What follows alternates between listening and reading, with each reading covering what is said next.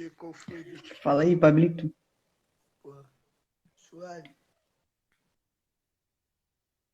Tá me escutando bem, cara? Tô. E eu? Tua voz tá um pouquinho baixa. Não, beleza. Beleza. Melhorou agora? Melhorou. Suave. Deixa eu ver se o Adriano já tá aqui no chat. Ah, no bagulho já, viado.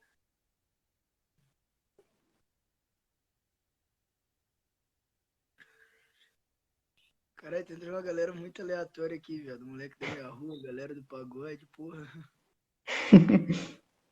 Total aleatório. É, porra.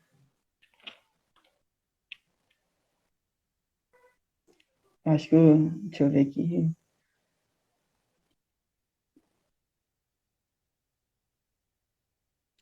Ela já entrou já, porra. Já entrou? Já entrou. Só chama ela aí pro Nossa, bagulho. bugou aqui. Não, acho que eu já chamei, pô.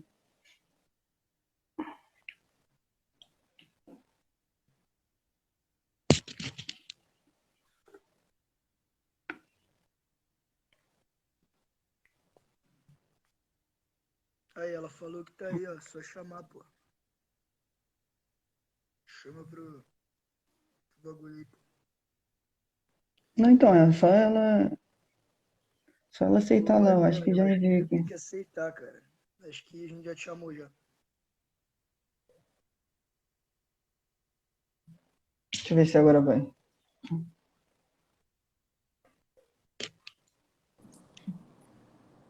Oi, meninos! Oi, pessoal! Oi, tudo bem? É, eu Eu acho que tava agora aqui, foi. eu acabei que eu pedi para vocês, ó, uma É, solicitação. Vocês tava... estão me ouvindo? Tá um pouquinho baixo aqui pra mim. Melhorou? Uhum. Sim, melhorou. Ó, o Pablo caiu. Deixa eu ver aqui.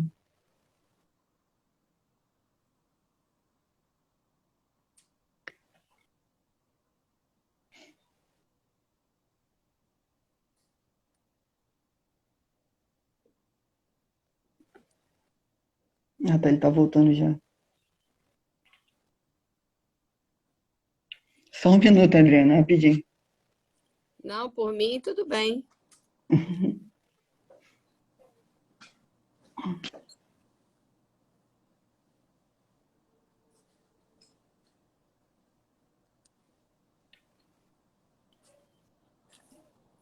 Já te adicionei, Pablo. Chegou aí, não?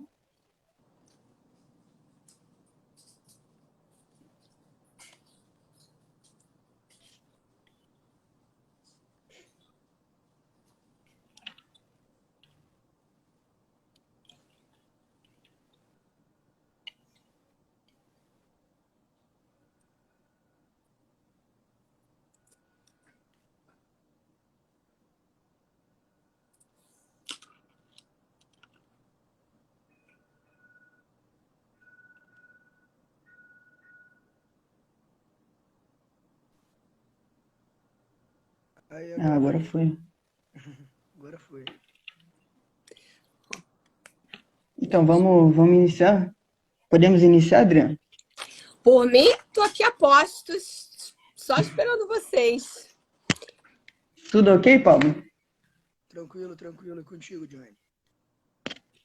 Então, boa noite, Adriana. Boa noite a todos. É muito prazer. Me chamo Jonathan Magliano. Sou atual liderança da UTL Rio. Eu sou um graduando em Ciências Biológicas pela UFRJ. E eu espero que o nosso movimento dê uma boa sequência nessa missão de compartilhar a mentalidade liberal no país. Aqui a gente começa com uma apresentação um pouquinho de cada um. Adriano, passa a bola para você. Bom, pessoal, boa noite, obrigada por esse convite. Boa noite a todos os seguidores aqui de vocês também. Eu sou Adriana Baltazar, estou deputada estadual pelo Partido Novo e, entre muitas coisas, para divulgar as ideias liberais, né? Para tornar o Rio de Janeiro, né, a política em geral, um lugar para se viver mais livre, né? Onde a gente possa ser reconhecido pelas nossas características individuais, ao mesmo tempo colaborando com o coletivo, mas dentro de um Estado com ideias liberais, né? Um Estado menos enxuto, mais livre. Então, eu estou aqui trabalhando para isso e admiro muito que iniciativas como a de vocês, jovens, são vocês que vão realmente seguir isso tudo aí, mudar o mundo, mas que eu possa, do meu jeito, na minha contribuição, deixar aí um caminho, né, aberto, mais livre para vocês. É isso aí. Ok. Se alguém não me conhece, eu sou o Pablo Queiroz, eu sou estudante de Economia e Direito, tenho 23 anos e sou diretor-geral da UJL aqui do Rio. Tenho um histórico de ligação com movimentos liberais aqui no Rio de Janeiro. Também milito pelo MBL, fui do Partido Novo, enfim. E fui um dos escalados aqui para essa entrevista. Adriana, a gente tem alguns tópicos que são os tópicos que a gente tinha pensado um pouco mais, assim, o que a gente vai trazer. E um dos tópicos que me veio mais assim à cabeça quando a gente estava conversando era sobre a diferença orçamentária do ensino básico para o ensino superior, né? Que no nosso orçamento brasileiro hoje a gente tem um investimento quase de 4-1, orçamentariamente não fecha a conta. Muitas pessoas reclamam de sucateamento do ensino superior, mas na real o sucateamento do ensino superior é total e unicamente por motivos previdenciários. Ensino básico é onde existe um sucateamento real devido a essa diferença orçamentária. E eu gostaria que você falasse alguma coisa sobre isso.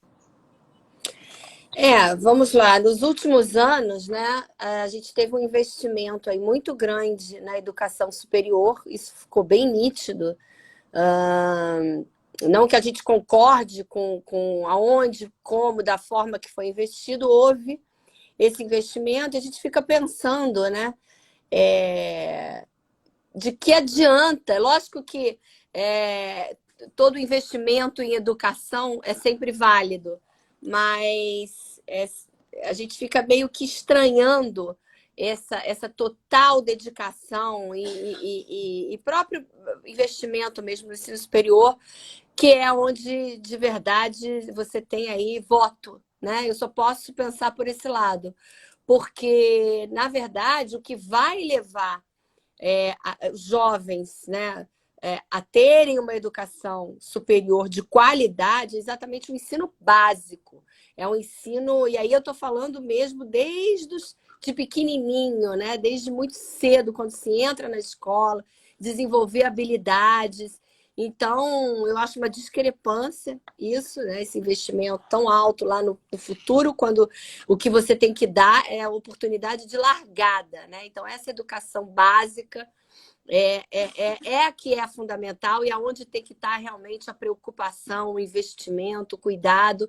E aí, quando você fala de educação, também você tem que preparar todas as questões em volta, saneamento, né? Saúde, porque as crianças precisam disso para irem à escola, para estudarem, enfim.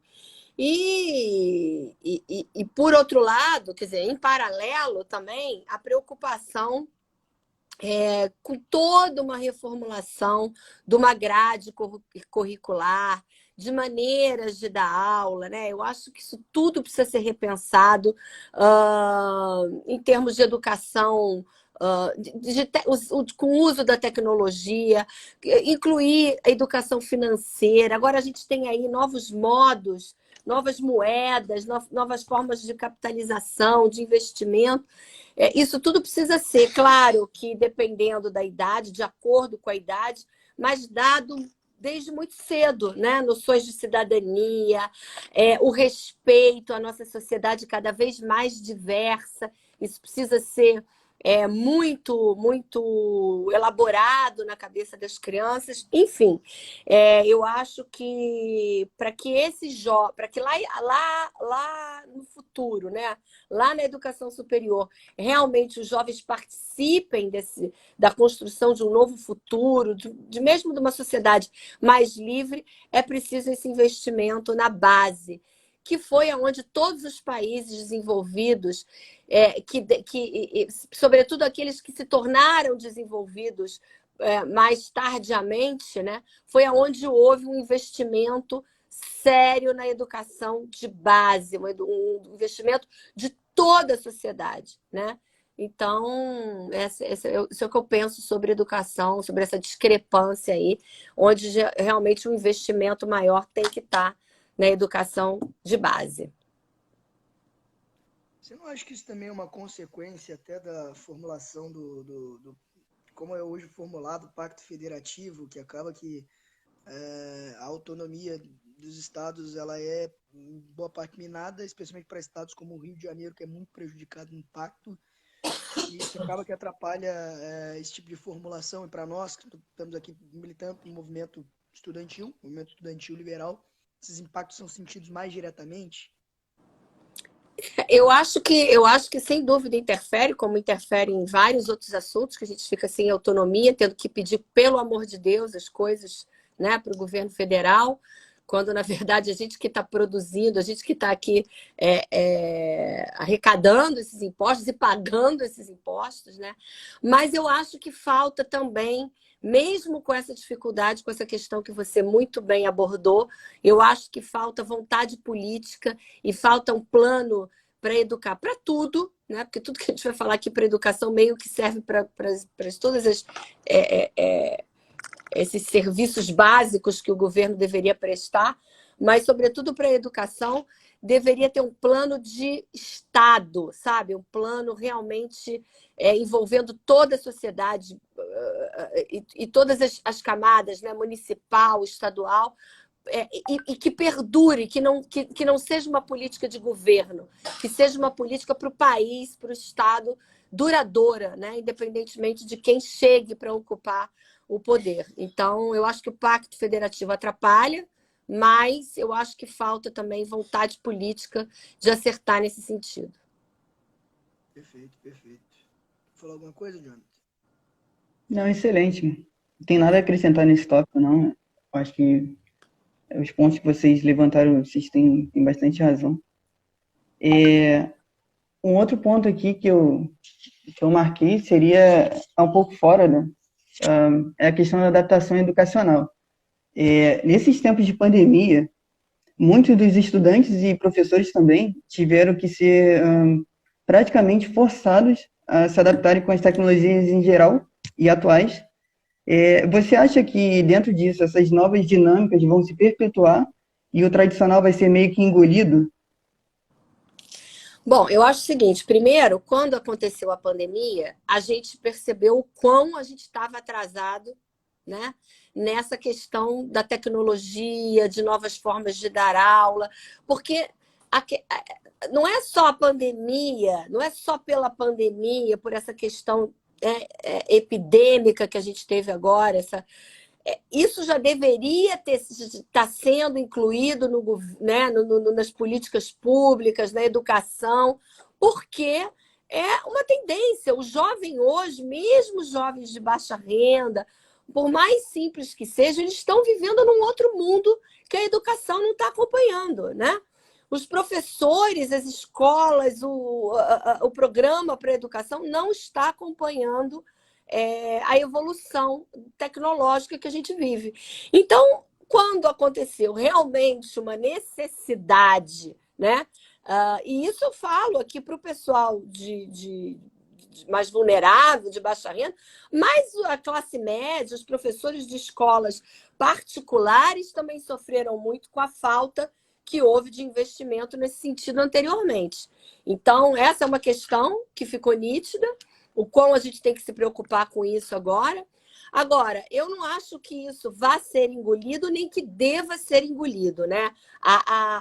Eu acho que ela deve ser repensada, como eu falei na questão anteriormente, formas de dar aula, questões a serem abordadas, tudo envolvendo a tecnologia, porque, sem dúvida, essa forma híbrida para trabalho, para empresa, para tudo, ela vai ser, eu acho que uma crescente nas nossas vidas, né? Para se tornar até mais sustentável, trânsito, a cidade, né?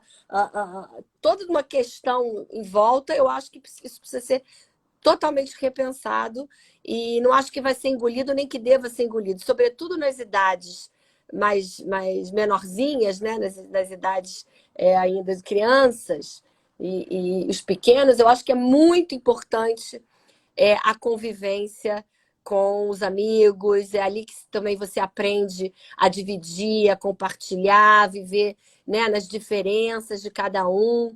E os professores precisam ter isso para terem dinâmicas muito importantes para a vida. Então, eu acho que deva ser engolido, mas deve ser repensado, né? Tem que ser um misto aí de tecnologia, de modernidade com essa educação tradicional e presencial. Então, eu acho que é esse mix. E como que o estado do Eu Rio de queria até Janeiro... saber de vocês também, se vocês estão na faculdade, se vocês estão. Porque eu vejo, por exemplo, a minha filha se adaptou bem essa forma, né? Um virtual de ensino. Mas eu vejo, ela está na faculdade, mas eu vejo assim, as minhas sobrinhas mais novas, tanto as adolescentes de 15, 14, como as pequenas, não gostaram, não. Elas queriam ir para a escola, queriam estar com os amigos. Então, mas sem dúvida vai ser uma presente agora na vida delas, né? Vamos pensar que você, por exemplo, quando você essa forma mix, né, híbrida, você pode ter a possibilidade de fazer mais cursos, de ganhar mais tempo para estudar, vamos supor, para o vestibular. Ela já estava, o jovem já estava recorrendo muito às aulas, por exemplo, no YouTube, em vários aplicativos, né? Então, também não sei vocês se estão na faculdade, se já estão trabalhando, como é que foi. Então, eu pessoalmente, em relação à faculdade, eu achei que, a princípio, eu não tinha visto muito impacto. Hoje eu tenho uma opinião de que eu perdi boa parte da experiência universitária nesse período onde você está afastado, né? Eu acho que essa é a maior diferença. Não necessariamente na qualidade do ensino. Porém, muita gente que estuda comigo teve um impacto um pouco diferente de mim, e aí depende de cada um. Eu Mas em acho que relação. só complementando uma coisa aqui, que tem a ver com essas duas perguntas que vocês fizeram, com esses dois temas que vocês abordaram.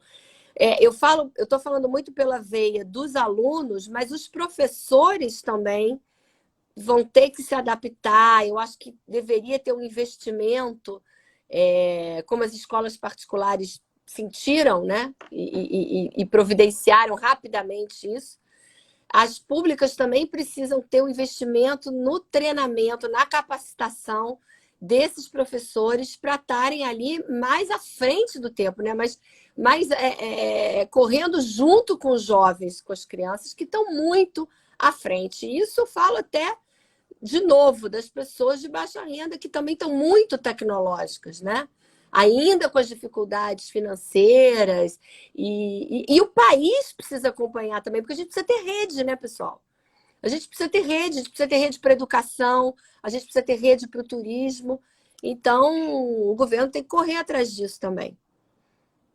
E como que a senhora enxerga que o estado do Rio de Janeiro. Ah, você, tá, gente? Tudo bem. Senhora, não, pelo amor de Como que, Deus. como que você enxerga que o governo do estado do Rio de Janeiro pode ser, não só o governo, a esfera dos dois poderes estaduais, enfim, o poder público do Rio de Janeiro pode se posicionar em relação a toda essa gama de modernidade, de adaptação que está vindo aí, essas dificuldades que vêm sendo impostas, essa necessidade emergente de mudança também, até aproveitando o gancho do ponto anterior, uma necessidade que a gente já vem incipiente desde o governo Temer, aí, desde aquela reforma do ensino médio lá, que acabou não saindo, sobre de se renovar, de se adaptar a um novo mod, a uma nova necessidade, uma nova realidade. Como que você enxerga isso? Você diz no sentido de fornecer.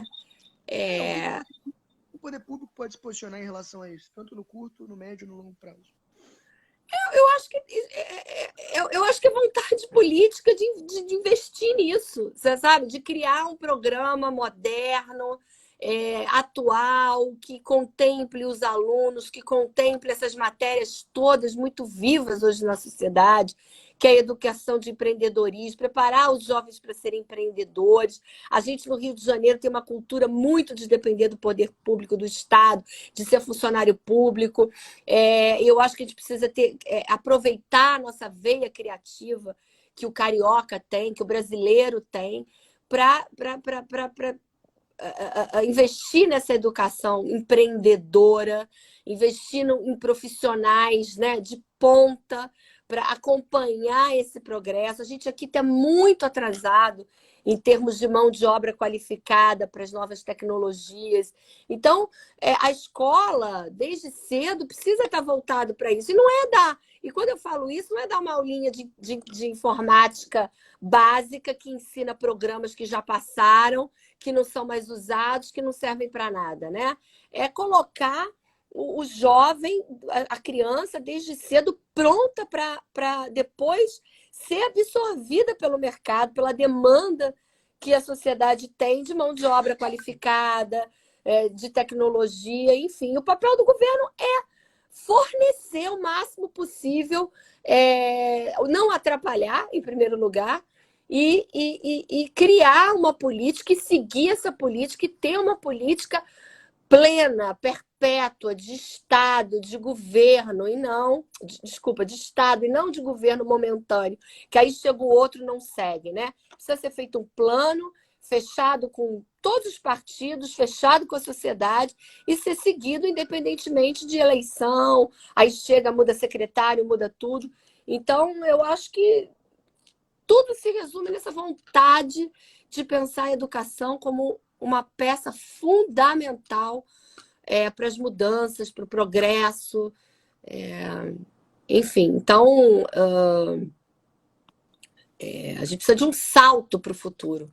E a gente precisa pensar nisso desde cedo, precisa querer. Não, e tudo isso com um pensamento no longo prazo, realmente.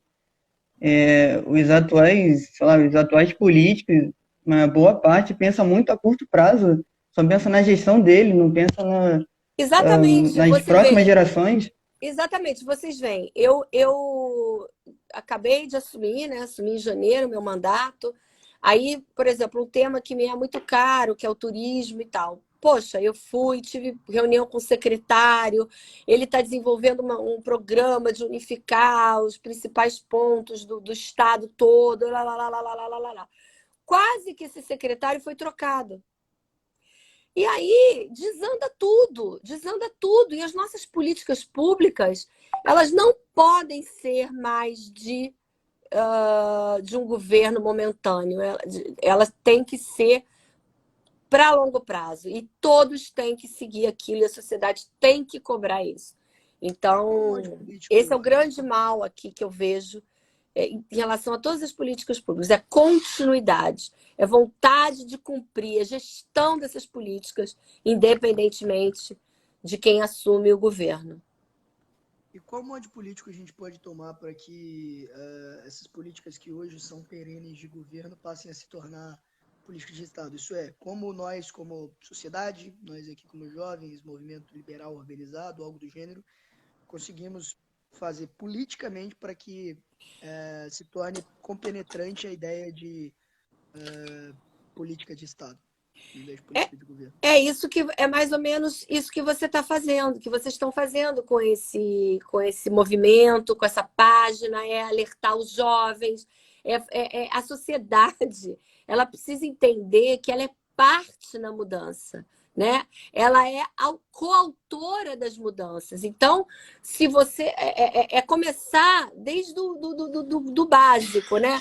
Quem são os políticos que a gente tem aí? Vamos supor numa eleição, que vão concorrer agora, qual é a história de cada um, o que eles estão pregando, escolher bem escolhido, pensar bem no partido, na história daquele partido, daquele candidato, etc. e tal. E depois acompanhar e cobrar. Então, quanto mais movimento, quanto mais seguidores vocês tiverem, quanto mais reuniões vocês, com o movimento de vocês, por exemplo, proporcionarem e se unirem, mais a gente tem chance de fazer com que essas políticas sejam executadas, né, seguidas até o final, porque vocês vão estar lá na porta do gabinete, na porta das universidades.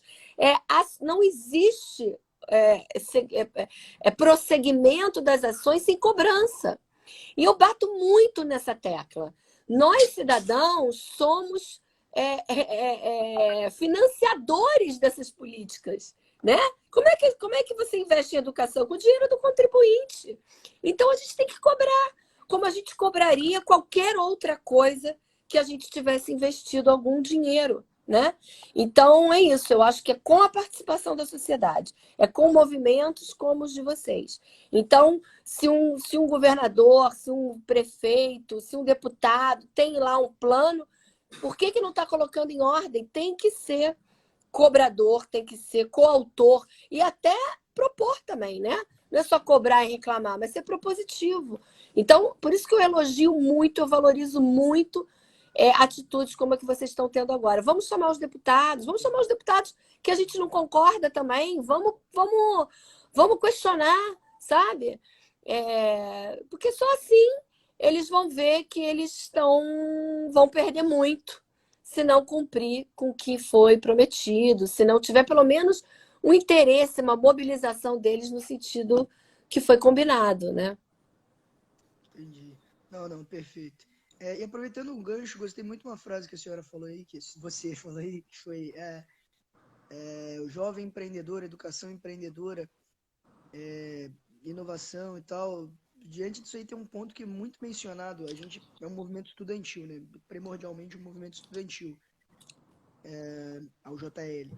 E um dos lugares onde a gente mais tem visto uma necessidade emergente de nós, liberais, mas especialmente da própria atenção mesmo ao jovem ali dentro da universidade, desse movimento estudantil, é a Empresa Júnior, que é um lugar onde por muito tempo a gente deixou de estar, por muito tempo também foi um apronte secundário, né, ou até terciário, muitas vezes subjulgado depois no grau de importância ali pelos DCS, pelas diversas outras coisas.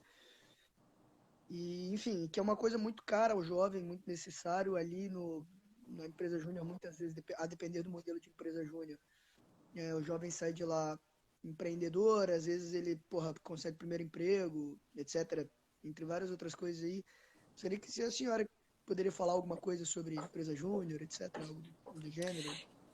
Eu acho essas iniciativas todas, né? Primeiro que eu, desde a faculdade, fiz faculdade de Direito, eu já trabalhava antes da faculdade, na faculdade fiz estágio, mas enfim, é diferente, mas eu digo assim, onde eu mais aprendi foi no estágio, né? Então, se você quer ter um estado, um país com a alma empreendedora, você tem que já desde cedo, desde a faculdade, até antes, proporcionar isso para os estudantes, essa cultura empreendedora desde cedo. Então, sou absolutamente a favor das empresas júniores, das startups. Isso foi um grande ganho, eu acho, para os jovens. Eu acho que essa cultura começa a mudar desde então, desde que esse tipo de iniciativa foi desenvolvida, né? Em universidades, em paralelo com as universidades. Hoje, quase toda empresa grande, moderna, que se preze, ela tem um setor de impulsionar jovens, né? de criar uma empresa júnior, que é muito diferente também do jovem aprendiz, que é uma imposição do governo. da lei, né? Enfim. Então, eu sou super a favor. Acho que tem que ter também um investimento não só com relação a empresas, a pequenas empresas júniores e tal, mas também a desenvolvimento, não precisa ser através necessariamente de uma empresa, mas desenvolvimentos de softwares, de aplicativos. Eu acho que a universidade, em todas as áreas, mesmo que você não seja da área de tecnologia da informação, eu acho que ela tem que proporcionar essa matéria, porque essa matéria ou esse, enfim, extracurricular, transversal, mas ele tem que estar presente ali, porque é uma coisa que pode ajudar em todas as áreas, pode ajudar para psicologia, para medicina, para tudo, né? Então, eu sou super a favor, acho imprescindível cada vez mais no mundo essa cultura empreendedora, como tem que. E essa cultura empreendedora tem que dar, como eu falei antes, como é que eu vou dizer? Inserir o jovem nesse novo mundo, que não é mais o mundo do cheque, né? Nem do cartão de crédito, mais a gente está falando em criptomoeda, a gente está falando. Então, isso tudo tem que estar na alma, tem que estar na cultura desde criança, né? Então, eu sou super a favor e acho que esse investimento aí nisso não pode parar, muito pelo contrário. Eu acho que o problema da questão da empresa júnior é a inclusão de alunos de baixa renda, né? Porque é meio complicado, né? Tipo, sei lá, um aluno de baixa renda, geralmente ele está estudando de noite, ele tem que trabalhar de alguma forma na parte diurna e fica complicado para ele entrar na empresa júnior, já que é tipo um trabalho voluntário, né? É porque isso aí, para isso não ser um problema, é como a gente vem falando aqui no nosso encontro. Tem que ter tido esse investimento para que ele, né, possa chegar lá com maiores condições. É aquela coisa da igualdade de oportunidades, né? Então, esse jovem, para poder conseguir fazer esse curso mais tarde, ele tem que ter tido aquela educação de base muito mais avançada do que ele tem hoje. O Estado tem que garantir a ele também um ensino integral ou pelo menos, né, múltiplo. Ele deveria ter esse estágio já remunerado, que é para ele não precisar trabalhar em outro lugar. Esse estágio, ou como é que se diz? Quer dizer, essa incubadora, esses nomes modernos aí também, né? Essas novas formas de adquirir conhecimento e já de trabalhar nas várias expertises aí, para que ele possa exatamente seguir também, para que isso não fique nesse desnível, nesse abismo que a gente tem hoje. Que, como foi investido muito lá em cima, você não resolve o problema dele até ele chegar lá. Ele não está em igualdade de condições com quem pôde sempre estudar em escola particular ou ter melhores chances em todos os sentidos, né? Porque também a gente tem que ver que às vezes você pode ter uma escola pública muito boa, mas e o ambiente todo que aquele jovem está inserido, né? De violência, de falta de transporte para chegar nessa escola pública, de falta de saneamento onde ele vive. É muito complexo, é muito complexo. Mas, enfim, a pergunta foi essa. Eu acho que esse investimento tem que estar cada vez mais presente na vida dos estudantes das universidades, das faculdades. Inclusive, ante ao ponto outrora levantado pela senhora na inclusão de área tecnológica nas demais áreas, inclusive as áreas não subjacentes a ela ou não derivadas dela, em um momento anterior a senhora falou, os países que se desenvolveram mais tardiamente, inclusive tiveram desenvolvimento numa educação de base. Isso, a soma desses dois fatores me lembrou de uma coisa curiosa que ocorreu na educação da Coreia há cerca de 7, 8 anos atrás, que foi a retirada das matérias e aqui eu não estou defendendo a retirada das matérias Retirada do humanas. quê? Foi a retirada das matérias humanas, que eu não estou defendendo essa retirada, mas só a constatação. Mas justamente porque eles acharam que era mais útil à época a inclusão de programação.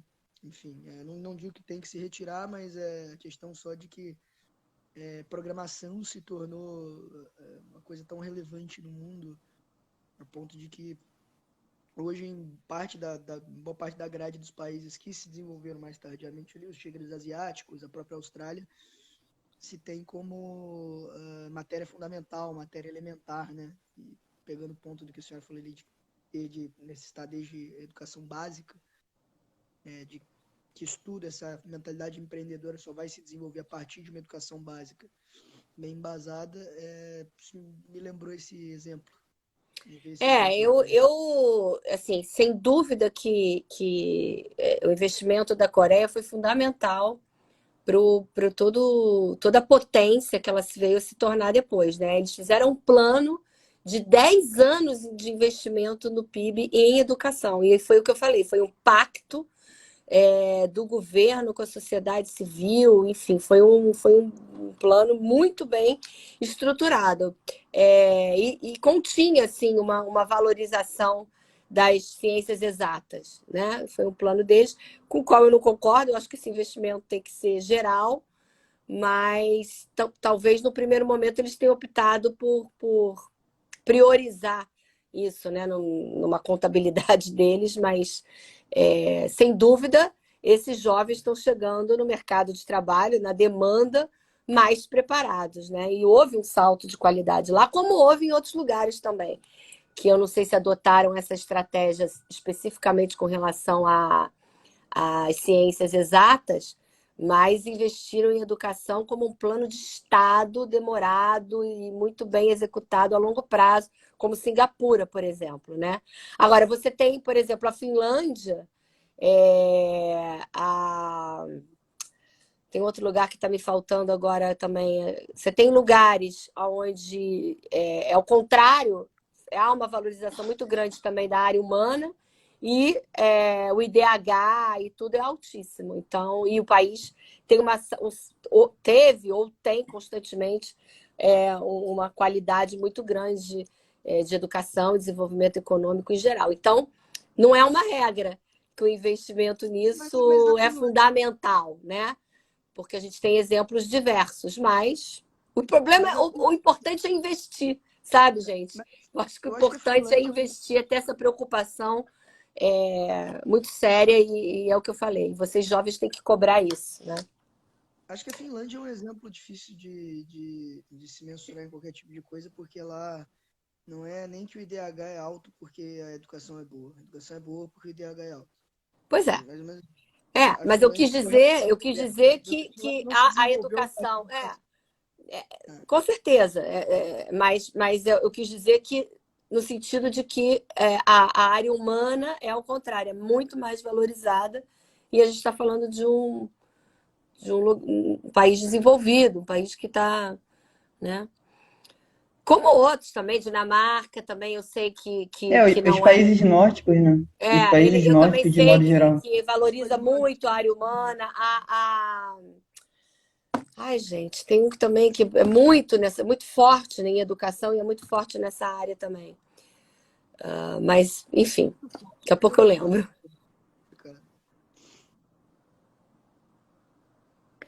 Bom, então, queria levantar o ponto do futuro da educação brasileira de forma geral, assim. Considerando, eu coloquei aqui, considerando os péssimos índices educacionais atuais, o que você espera do futuro da educação brasileira?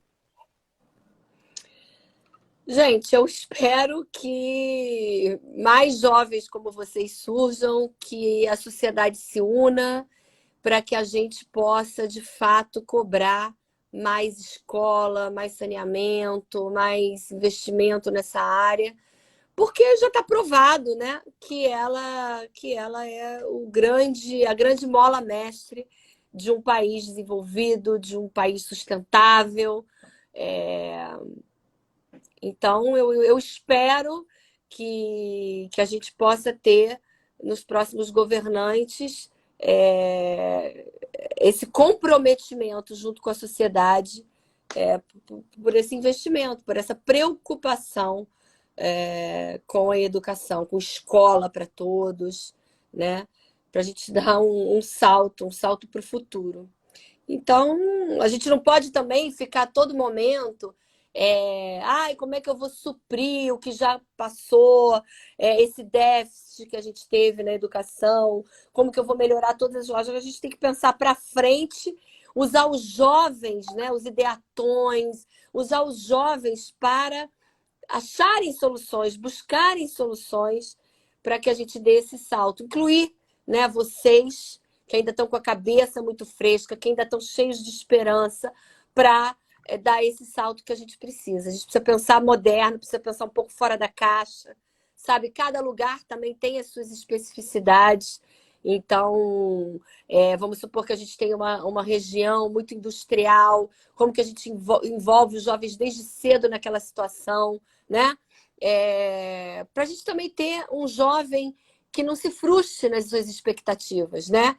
Que ele também, que o Estado, que o local ali onde ele está inserido, que os governantes daquele local pensem muito praticamente, né? Porque é muito importante a gente falar. Eu tenho um conceito que eu gosto muito, que é do capability account, né? De fato você ter a capacidade para realizar as coisas. Então, não basta ser livre, não basta você não ter impedimento. O Estado precisa dar a capacidade de realização. Então, quando você vive num ambiente hostil, violento, quando você vive num ambiente onde você não tem médico, se você precisar, tudo isso influi muito na educação, nas escolhas que esses jovens vão fazer no futuro. Né? Não é você pensar assim, vou botar uma escola lá. Mas a pessoa não consegue chegar na escola. Mas a pessoa tem uma realidade familiar extremamente violenta. Mas, enfim, são vários problemas que têm que ser atentados, têm que ser pensados com muito cuidado, com muito investimento, com muita vontade política de fazer acontecer para que a gente sane o problema da educação, né? Que não é só pura e simplesmente da escola e depois da faculdade, da cota, né? Fazer com que o jovem realmente tenha capacidade. Você vê aí, a gente tem escola primária, mas chega no primeiro ano, não sabe ainda noções de matemática nem de português. Então, o que adianta ter escola? Mas por quê que ele não tem a noção? Porque não teve investimento no professor, mas porque também aquela criança não está conseguindo chegar na escola, não está com saúde para aprender, para captar o que ela está aprendendo. Então, quando a gente fala de educação, a gente está falando de tudo isso, né? E quais as perspectivas que a Às vezes senhora a criança não está se alimentando direito também, é um sério problema. não está se alimentando, então ela não Sim, consegue que é o aprender. básico, o básico. Já ficou provado, eu não vou ser leviana aqui de dizer o índice exatamente, mas ficou provado que sem determinadas proteínas de pequeno, já comprometeu parte do seu processo cognitivo. Então, como é que a gente pode pensar nesse futuro aí que a gente está falando, se a gente não tem isso, gente? Então, precisa de muita cobrança, precisa de muito investimento da população também em participar dessa mudança, sabe? Eu vim do movimento social, né? Eu vim do movimento de rua, um movimento de unir a sociedade.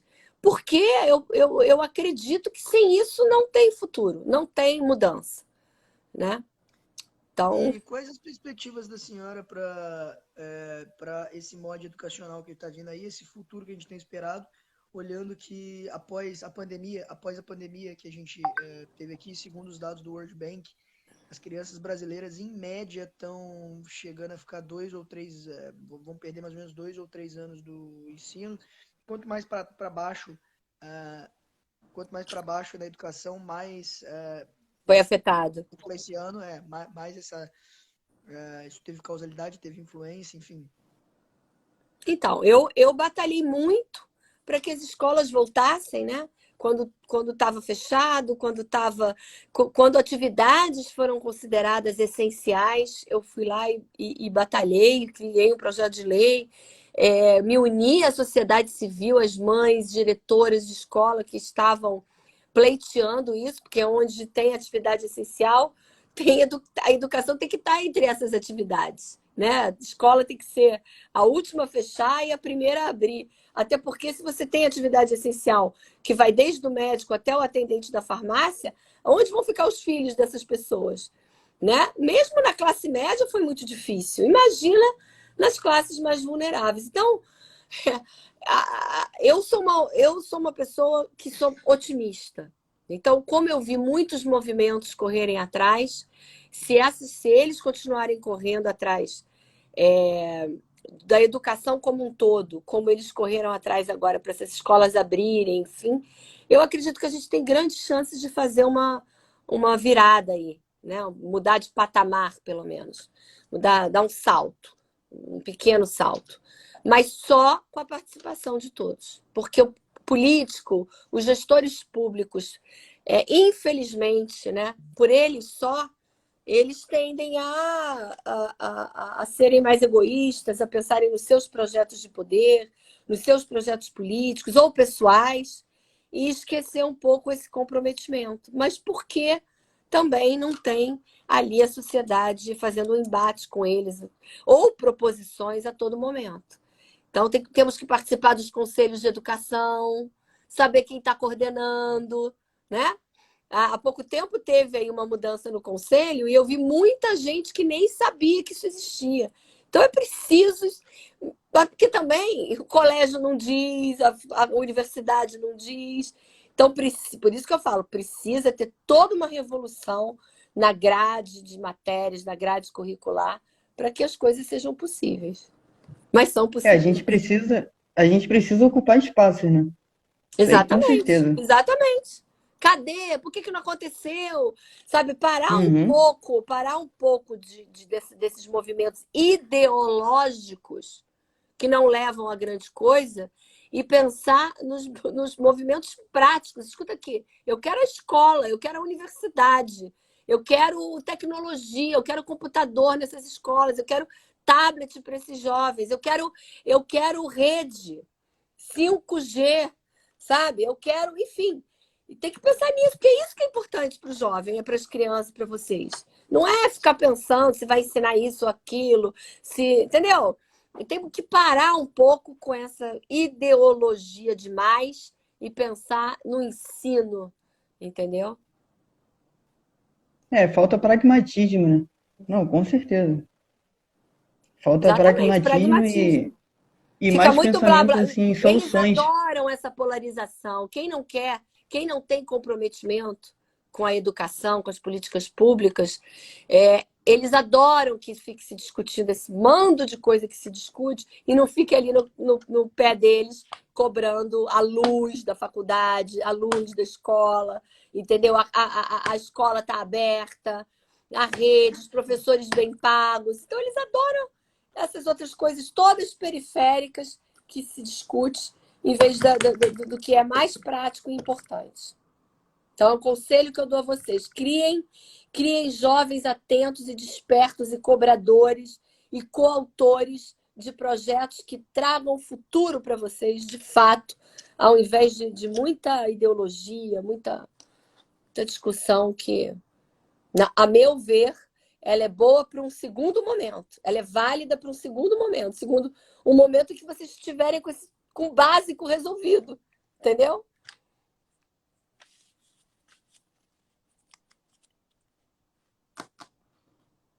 Não, tem razão, concordo totalmente. Particularmente eu vejo o nosso movimento muito nessa direção de pragmatismo.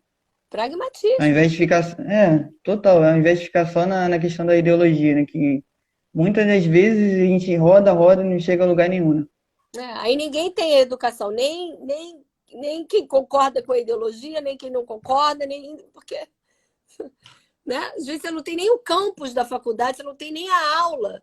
Como é que você pode... É isso que tem que ser discutido. É isso que tem que ser discutido. Primeiro, né? Eu acho toda discussão válida, tá, gente? Eu sou livre, que se discuta tudo, que se aborde tudo, mas é preciso foco. Para a gente vencer, né? Para a gente conquistar, a gente precisa de foco.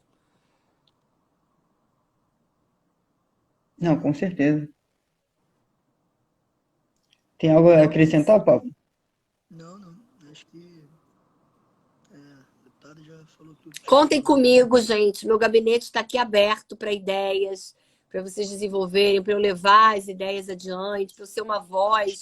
Não sei, eu estou sempre afim de colaborar. E eu valorizo muito, eu tenho projeto social com jovens, com jovens de baixa renda, porque eu acho que a gente precisa, nesse momento, suprir o que o Estado não deu a eles, né? É o que eu falei das capacidades de fato. Então, não adianta você jogar lá uma escola se o jovem não tem rede, não tem, sabe? Então, a gente procura dar um projeto que visa suprir algumas faltas, né? Que o poder público não atuou, não focou. Então, eu valorizo muito, contem comigo, eu conto com vocês também até para depois fazerem uma interação, levarem para esse projeto, por exemplo, as ideias liberais, porque jovem ouvir jovem é muito melhor, né? Eu acho que eu tenho uma alma muito jovem, então por isso eu atraio muito jovem para o meu lado, enfim. Mas jovem, quando é jovem mesmo, quando são vocês para vocês, ainda é mais bacana, né? Então, acho que por hora a gente já levantou os principais pontos aqui. Já estamos quase uma Quero hora, né? Para vocês poderem quase deixar a uma live hora. gravada, né? Verdade. Quando você Vou acabar ver para aqui, deixar gravado aqui. você Uhum. vai aparecer lá a opção. Aí é legal deixar, porque outras pessoas podem ver depois. E Sim, vou fazer isso. muito obrigada. Vou me despedindo, então. Queria agradecer muito essa chance que vocês me deram aqui. Vocês estão começando aí o movimento, não sei se no Brasil todo, mas pelo menos aqui no É no Rio, Brasil todo. no Brasil todo, juntos? Estão A começando juntos? gente, hoje a gente já tem pelo menos um núcleo em cada ponto do país. Até no Então depois, norte e tal. quando eu for falar da nossa live aqui também, eu vou pedir para seguirem a página, vou marcar vocês, Muito importante isso, muito bacana. Parabéns. Muito obrigado, Adriana, pela participação. Pode contar com a gente, assim, com os próximos passos até, talvez com essas próximas manifestações até. Vamos criar aqui sei lá, um núcleo jovem aqui no gabinete. É verdade, para divulgar as ideias liberais, dar aulas por aí. Eu tô junto, hein? Pode contar. Acho muito bacana. Você aí como é que se diz? Uma colaboradora mais ferrenha do movimento. E vocês meus. Tá bom? Fechado. Gostaria de agradecer a presença da senhora aqui, por muito solicitamente ter respondido tudo, a explanação, a atenção, gostaria de agradecer tudo. E é isso aí. Agradecer a todo mundo aí que assistiu a live, agradecer a presença do Jonathan aí, que me aguentou falando uma pancada de besteira aí. Vambora, galera. Lutem, não desistam. Ok, obrigado, Dona. Obrigado, gente. Tchau, tchau. Boa noite. Beijo, tchau.